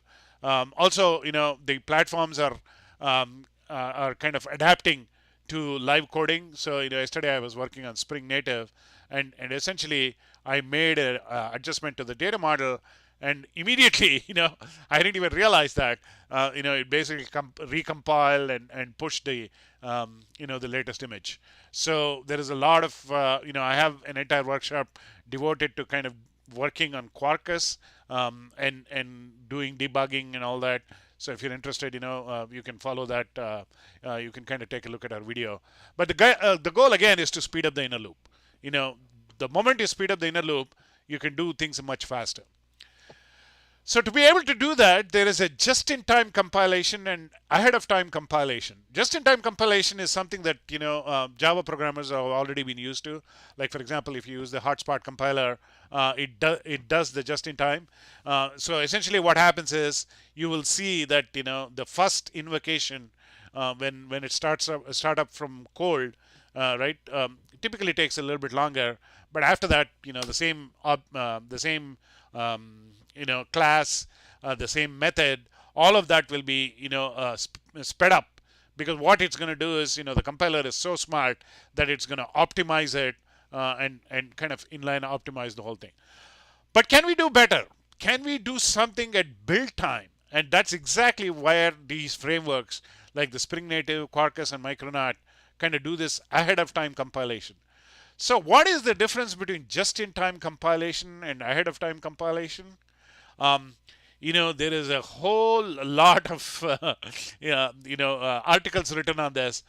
We can kind of geek out on this. This is an area which I really like a lot, but I'm not going to spend too much time on this just because it might bore a traditional programmer. But if you are into it, essentially the idea behind this is you want it to start in milliseconds, no JVM resource overhead. Think about this, right? Or very minimal JVM, because you don't even have the JVM when you're packaging it up as a native app, right? It's all about cold starts, right? Because it's already optimized. You will see that the app comes up like that in milliseconds. It's great for containerization, and it also reduces the attack surface. Okay, so the idea is, if you can take most of this penalty in build time, then your runtime is going to be much faster. I took this image from InfoQ, and essentially it talks a little bit about just-in-time versus AOT. But essentially what you're going to do is you're going to statically analyze this. You're going to statically analyze your image and generate code in such a way that it's geared for that particular platform. Just-in-time works across the board, across different platforms. AOT is really geared for that particular platform. You need the Graal VM, in conjunction with some of the other compilation tools to make this happen. But you will see all of this in action today in the next 20 minutes. But it doesn't require you to shift your paradigms. It doesn't require you to come up with some new tools that I have no versatility whatever, right? I'm still very comfortable with IntelliJ. I'm still very comfortable with Visual Code. No problem. You can still use Java and still use the newer frameworks. All of them are striving to do this.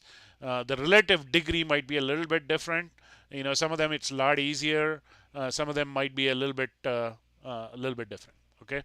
So with that said, let's briefly look at these three frameworks. Okay, and we'll get to the SpringBoot data and all that. I don't know why this came here, but we'll worry about that in a second. The idea is that with Spring, they came up with this cool initializer, right? So where what you can do is you can specify the group, the artifact, the name, description, and all that, and it will automatically generate the POM for you. Okay, you can say I want it in Gradle. What kind of language do I want? Groovy or Kotlin? And what kind of framework for Spring Boot? And then you can specify all the dependencies. So here I most likely would add my Cassandra extension if it's there, right? So things like that, right? And then it will generate the POM XML, and then you tweak that POM XML to make it happen. Likewise with Quarkus as well. You kind of do the same thing. Okay, and Quarkus has a little bit more support because we have Cassandra driver support for Quarkus, and again, it's all reactive, and essentially like what Cedric was mentioning, it leverages some of the other drivers, especially for object mapping and all that. Um, and with that said, the last framework, again, Micronaut, also has an initializer. So all of them have initializers, very similar. You can see the same kind of thread running through, right? You can pick the Java version, you can pick the base package, you can pick the which Micronaut version, which language, and so on. So here's the Java version, and so on. I think we are leveraging Java 11 in this workshop, correct? Yes. So with that said, I know that we are going really, really fast, but the idea behind the idea, this is like Java fast forwarded in 15 years, right? This is what we have been trying to do for a long time, but we are getting there slowly but surely, especially in terms of ahead of time compilation and being able to use the tools that you're comfortable with. And I'll point you at some resources if you really want to geek out on JIT versus AOT ahead of time compilation. But again, I recommend it as a reading because I don't think we have too much time to go over it.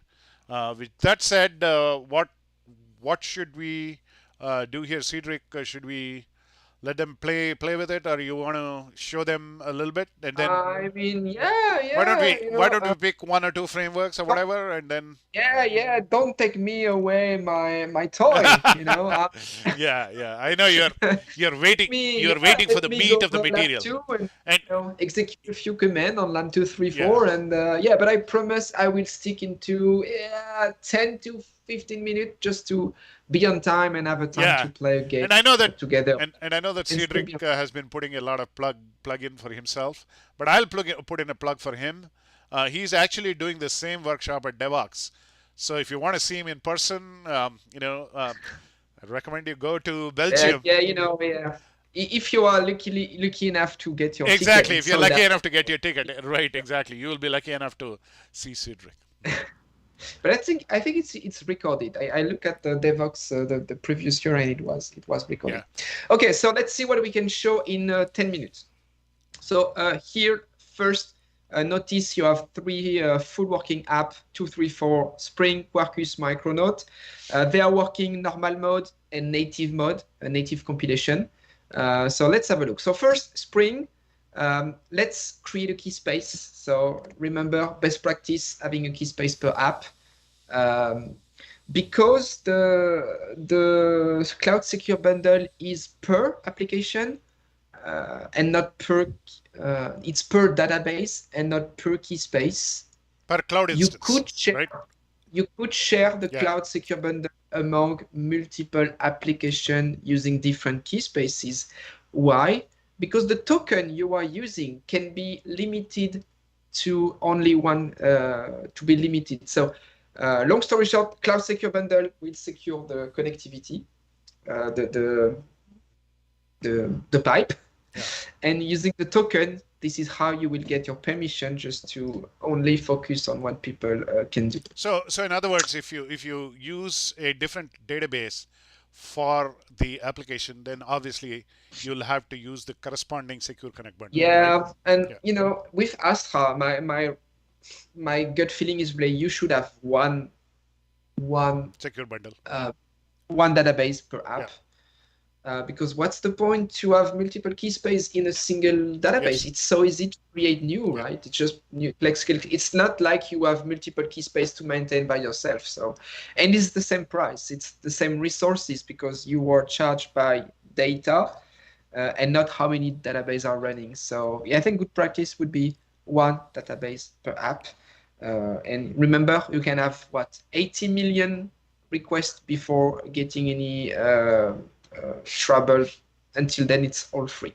Not trouble, but ask to provide a credit card to have more. Okay, so here I created a new key space called KS Spring to split things, and I list my key spaces using the CLI.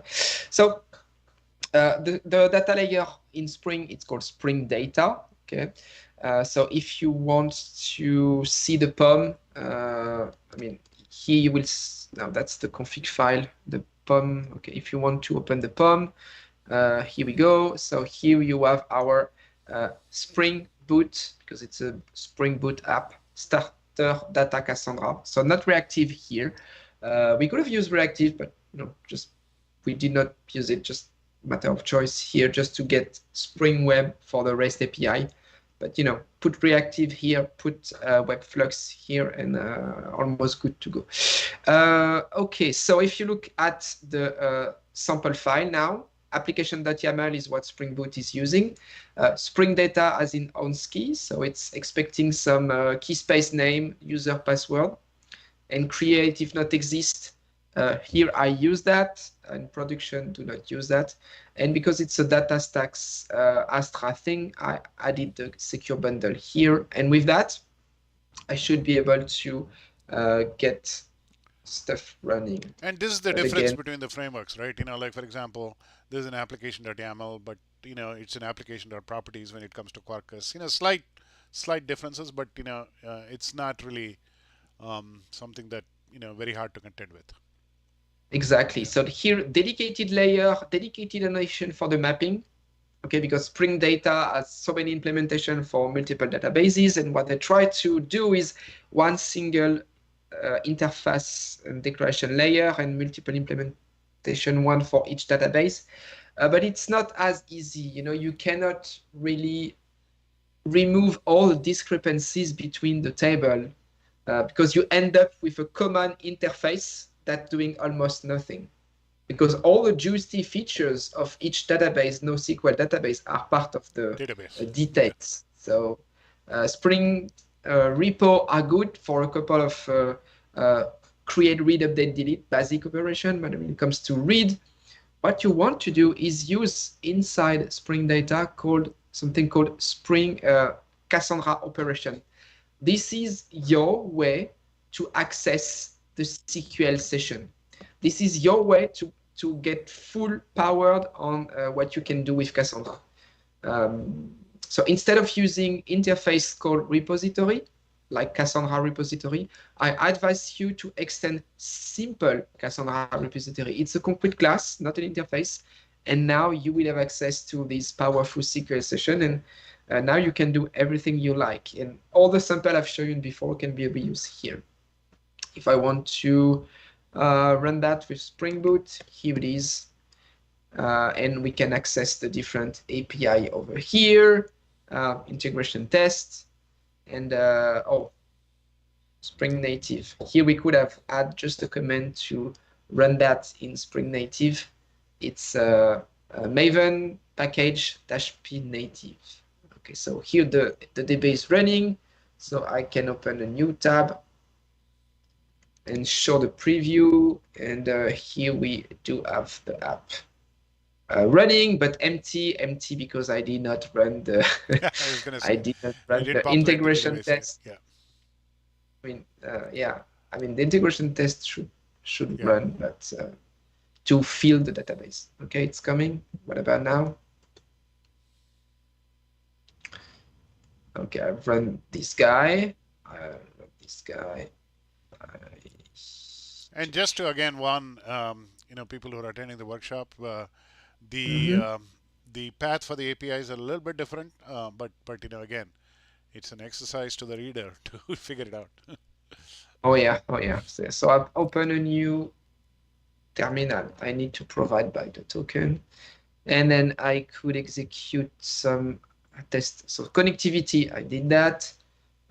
Spring Data repo, this guy will create me some stuff, I think. Yes. So here I go, and probably this one as well would create me some stuff. So, oh, test failure. What's the? Yeah, that's the point. Moving too fast. What did I do wrong? Oh, I know. When I execute an integration test, I start the app. But the app is already running, so the port is already in use. And right. This is why I get. It's a Git part restriction. Yeah, right. It told me that it's already running, of course.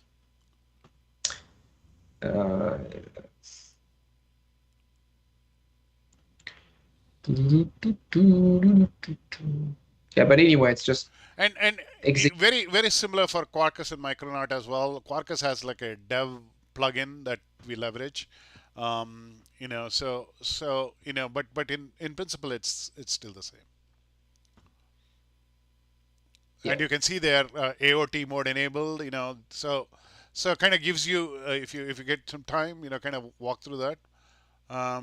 Okay, so you want to fix the build failure on as we go, or you want me Yeah, to it try told to? me that the user and password provided were not correct. Ju- I Just was just echo the token again, just to make sure you got it. Yeah. I think it's just matter of token. Yeah, I echo the yeah, token there and not another place.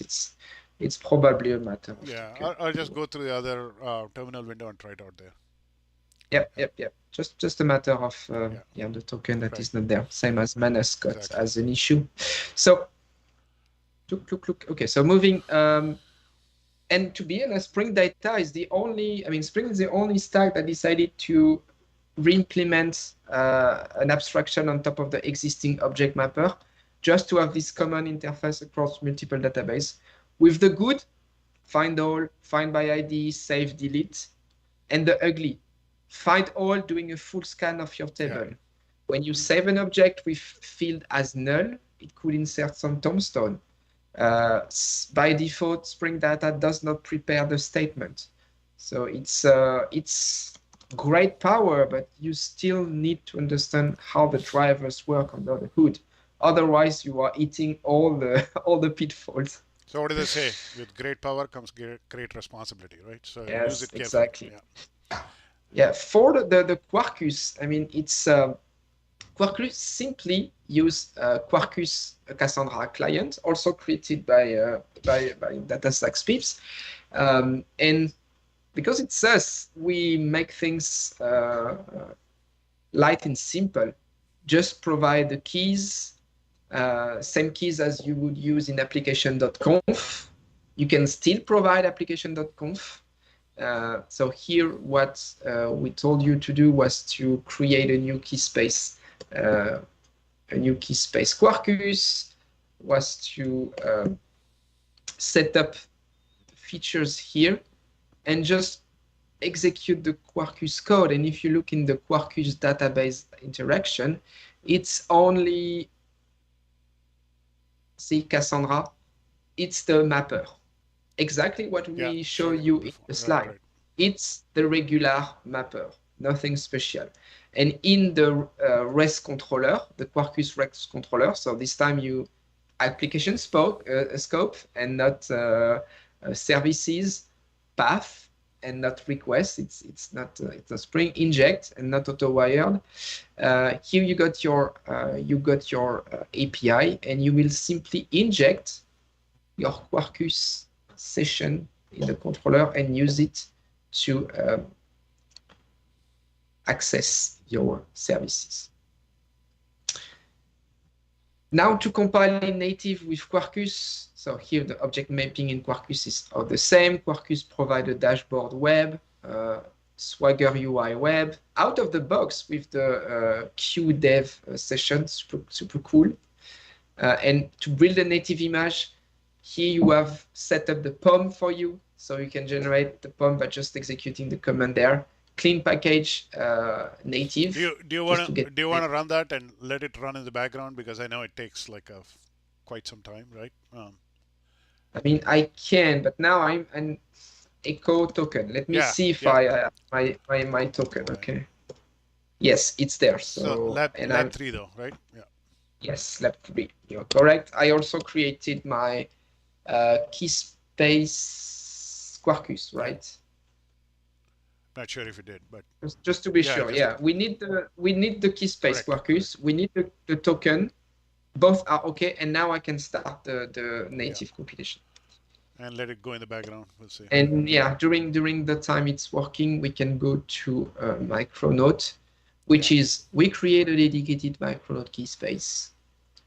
Okay, and we look at the Micronaut code, and same as for Quarkus, not reinventing the wheel. Micronaut does have a data layer called Micronaut data. but here we don't have to use it with Cassandra. If you go, there is a plugin called Micronaut Cassandra. So if you look at the dependencies in Micronaut, this is what we use, Micronaut Cassandra directly, reusing the DataStax drivers. And what is cool in the, so Microsoft Cassandra over here, using the drivers as is, and with Micronaut, everything is annotation driven. So during the compiling time, you want to get the mapper annotation processing, injection annotation processing, validation, and native compilation in the end. So let's see, 3.7, it's building the native image. Native image in 3, Spring, Quarkus, and Micronaut takes some time because it's analyzing the different paths you need to have in the executable and only put there what's needed.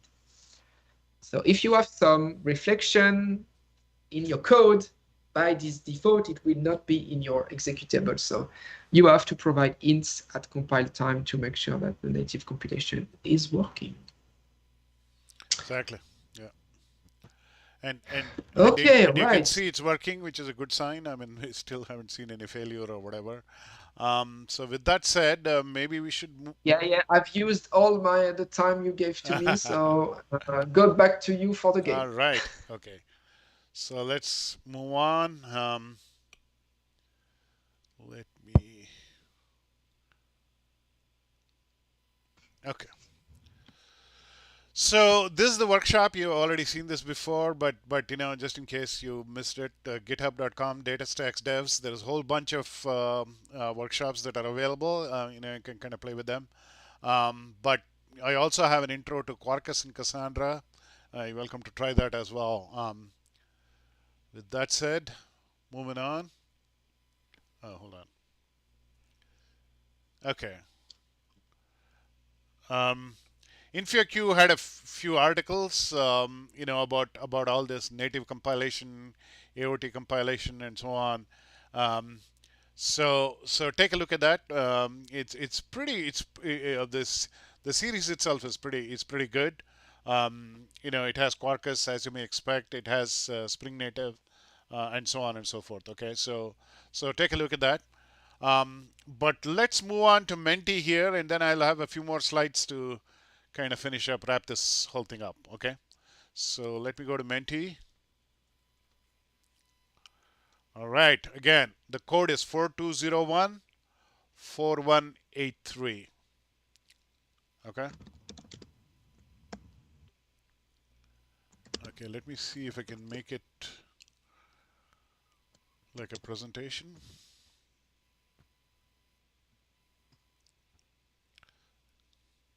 All right, let's go present. See what happens. Okay, so full screen, this is good. 4201-4183. Okay. All right. Let's see how many people are going to join. Let's see. Not a lot. Not a whole lot. So good chance of winning swag, right? I think that's the plus side of it, right? Yes, exactly. If you stay with us up to the end, I mean, you totally slide. Keep coming. I'll let people join. I know there are more people here, so let's give it a couple minutes. And of course, we should know the names because, those are the folks. Let me start some music to warm ourselves up. Just give me a second if I can find that music. If it's too loud, please let me know. I will soften it a little bit. All right. Okay, I'm going to start my first question. Good to go? Again, don't look at, the web or don't look at the slides. Look down at your phones and it'll give you all the instructions right there. Okay. So I'm going to start my first question. Answer fast, but more importantly, answer correctly. What database did we use today? It's database as a service. We may have used all of them, but none of them. I'm not quite sure. What do you think?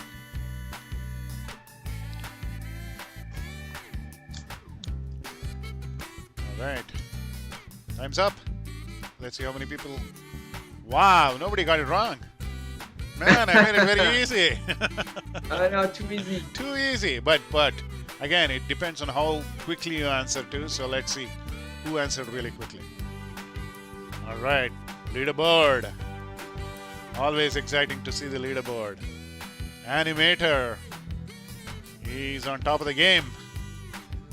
But Yasmin or Meow or Aisha, any of them can displace the animator.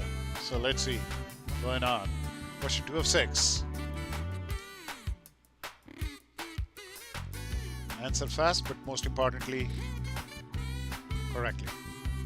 I think this is easy too, right? We discussed a lot of frameworks, but one framework I don't think we discussed a whole lot, although we just mentioned it.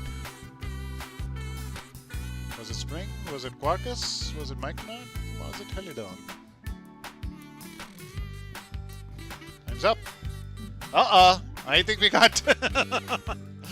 I don't know if I discussed Quarkus too much. We even built the native image in Quarkus, right? So anyway, let's see how the leaderboard is shaping up here.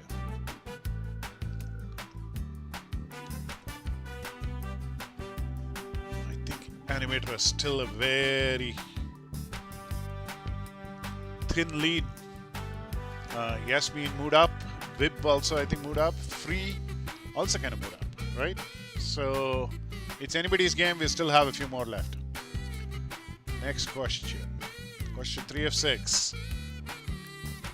Again, be fast, but be right. Native generation, image generation requires. Of course, you need all of the VMs, but which VM you need in particular?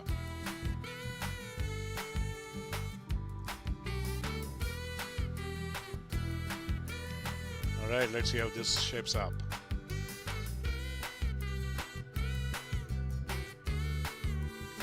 Wow. Yes, of course, Java VM is required, but actually maybe not even. Java VM is required, but the Graal VM is more important. To generate a native image. So I know that Edmund, you had a comment about some explanation of Quarkus and Graal for another workshop. Do you want to talk a little bit about the Graal VM, or should we just keep going on the quiz? Enough of talking. I can say a few words. Yeah. So the purpose here is to leverage on the second compilation in the GVM called C2, which is the second time compilation. The idea is to build some native or system binaries, executable that could run on any platforms, really binaries, get rid of the GVM requirements. And with that, because you only shipped what you need, reduce the footprint in memory and also reduce the startup time. So everything is done for the performance. The idea is first to be able to run your deliverables anywhere, everywhere, but also the idea under the hood is why not having your deliverables running as a function and doing some function as a service. Yeah. Java used to be considered as too heavy to do this kind of function-oriented code. Now with native compilation, we have some, blazing fast and super small assets that can totally be used as functions. This is totally what Red Hat with Quarkus is pushing. And this is also the reason why Spring with Spring Native going back there and getting so much energy on the Graal VM. Exactly. Yeah, and I think it's also worth mentioning that you can use the Graal VM with other languages as well, not necessarily Java. But since we only have Java or mostly have Java programmers here, let's see how the leaderboard is shaping up. Ooh, maybe Animator is still holding on to the thin lead. Yasmin is making her move. So we'll see what happens with the next few questions. Question 4 of 6. Fast, correct. What does AOT stand for? I mean, there may be any number of abbreviations, but based on the workshop. ASTRA, online token? always on time, ahead of time, and avoidance of trouble spots, hot spots, whatever.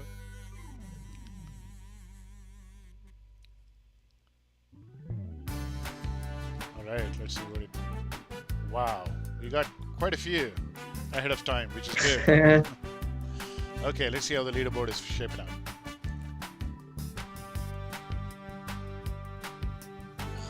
This is close, isn't it? Yasmin makes one more step up, or no? It's about the same in the top. Okay, moving on. Animator was the fastest again. All right, two more. Just bear with us, and you'll be ready to get some swag. Which framework considered native image as experimental?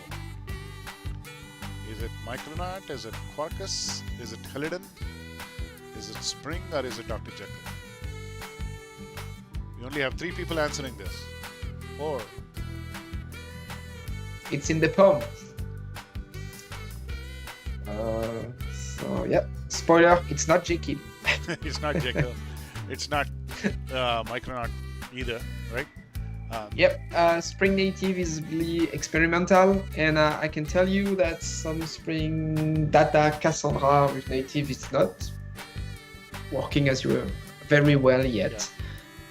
So if you want to go native, as of now, I will advise to go with Quarkus and Micronaut. Yeah, but I'm sure, pretty soon it will be more ubiquitous, right? So yeah.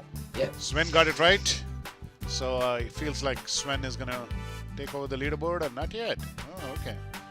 All right, Sven was the fastest. Sven was correct. All right, we have one more, I think. This is the last question for all the marbles. Let's try to finish this up. One more and we're done. Yeah. Which framework leverages the annotation process very heavily? This is a tough one. Right, Cedric? I know you mentioned this a couple of times. I tried to. I was aware of the I was aware of the question. Yes.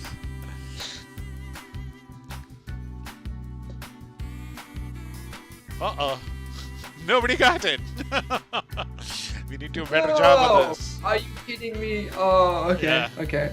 That's a very tough question. So Cedric wins the prize. Let's see. Okay. Animator still. I should have participated then. I will get the t-shirt. Yeah. All right. So here's what you're gonna do. If you're, one of 3, or is it one of 4? One of 3, right? Just take a screenshot. This cannot be the screenshot that's shown here, but take a screenshot on your phone. It'll tell you that you're number 1, number 2, number 3, whatever, right? And we have a process, and I will explain that in a second. Okay, so the quiz on Menti is done. Thanks everyone for participating. The swag winners who are on 1st, 2nd, and 3rd place, go to dtxx.io, datastacks.io/workshop swag. Okay, again, send us the screen, not from the presentation that we showed, but really from your own screen. Okay. So take a screenshot and send it to this particular form. Again, this has changed a little bit recently, but it's been quite a few workshops since this is the process, and we should be able to ship it to anywhere in the world, really, right? Yes, we should. All right. I know that there is a lot of chatting going on, or I should say, quite a bit of chatting. Sometimes we've had really lot of chatting, but I think we had the right amount of chatting today. But again, the point is, if you want a longer term conversation, just jump on Discord. We try to make it a practice. Doesn't always work to kind of go in and look for the questions that are more related to adoption and so on. And not only us, the entire DataStax company kind of helps out here. So feel free to ask more technical questions there. Feel free to again, jump and attend some of our workshops on very diverse topics. Intro to NoSQL is probably our most popular. We have a partner workshop coming up in like a couple of weeks, which is really about long-term. How can you deal with long-term attacks, and why Cassandra is good for those kind of use cases. Short-term attacks, you can really use any database, but for longer-term attacks, you need something a little different. Okay. We have some really cool badges, and for whatever reason, these are extremely popular amongst our community. You can put it on LinkedIn, brag about it, and as one of my colleagues says, supposedly you will see a raise in your salary. No guarantees here, but you can try it out. And if you haven't given us a thumbs up on YouTube, that would be appreciated as well. You want to be in person? I know Cedric is going to be in Belgium next week, but we have. Cannot wait to be there. Yeah, absolutely. That's Christmas for me. Yes, and I know that Cedric has been trying for a long time, right? So very cool. Don't say that. Okay. Yeah, but it's fun. London, Amsterdam. I'm going there here. Santa Clara, Seattle, Houston, Hanoi, Jakarta, Singapore. We're all over the world. And I know that there are people attending. So please tell your friends and family to make this in-person events a success. We have the Cassandra Summit also coming back next year in person. It's March 13th, 14th, and it's already set up for McNary Convention Center in San Jose. There's going to be a training day in person.